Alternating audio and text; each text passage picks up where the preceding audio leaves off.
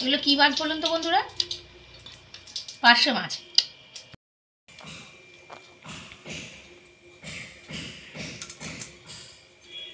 মাছগুলো খুব ভালো, এর মধ্যে সব ডিম আছে মাছে।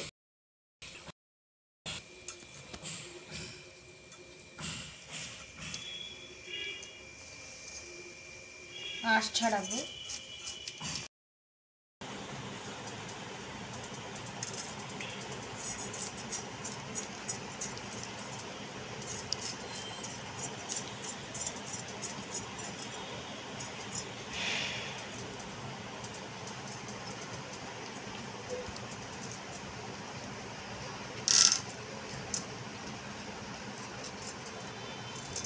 সব মাছ আমার কাটা হয়ে গেছে।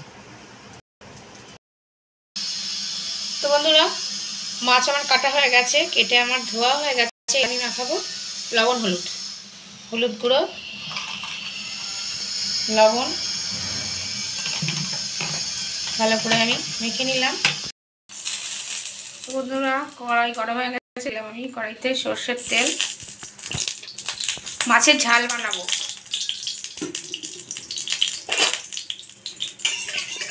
ইলিশ মাছ কিংবা পার্শে মাছ এগুলো অনেক রকম করে খাওয়া যায়।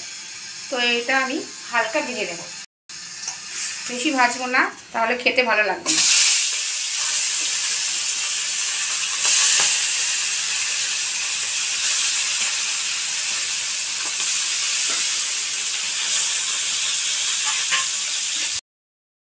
হয়ে গেছে, আর এক পিঠ আমি উল্টে দেবো।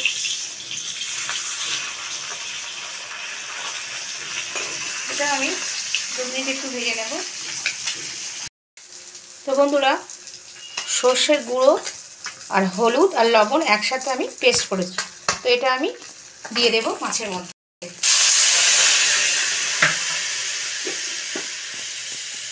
টমেটো কুচি দিয়ে দিলাম,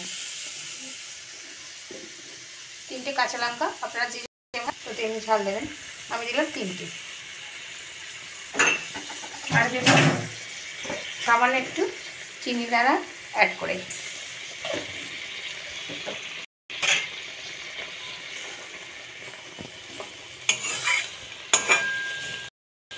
একটু 3 মিনিট ফুটবে, এটা আমি ঢাকা দেব না, তারপর আমি দেখাচ্ছি। তো বন্ধুরা, 3 মিনিট পর আমি ফিরে এলাম, এটা মিডিয়াম ফ্লেমেই হচ্ছিল। তো এবার আমি দেব কালো জিরে ফোড়ন। গ্যাসটা এবার আমি অফ করে দেব। উপর থেকে আমি সর্ষের তেল,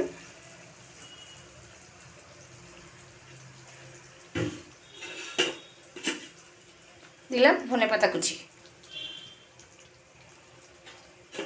ব্যাস, প্রস্তুত আমার আজকের রেসিপি পার্শে মাছের ঝাল। তো বন্ধুরা, প্রস্তুত আমার আজকের রেসিপি পার্শে মাছের ঝাল।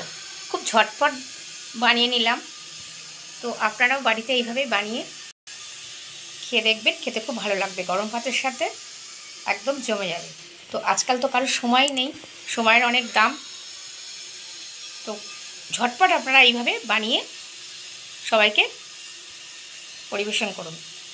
তো ভিডিওটি যদি বন্ধুরা ভালো লেগে থাকে তাহলে লাইক, শেয়ার, কমেন্ট এবং সাবস্ক্রাইব করুন, পাশে থাকা বেল বাটনটি বাজিয়ে দিন।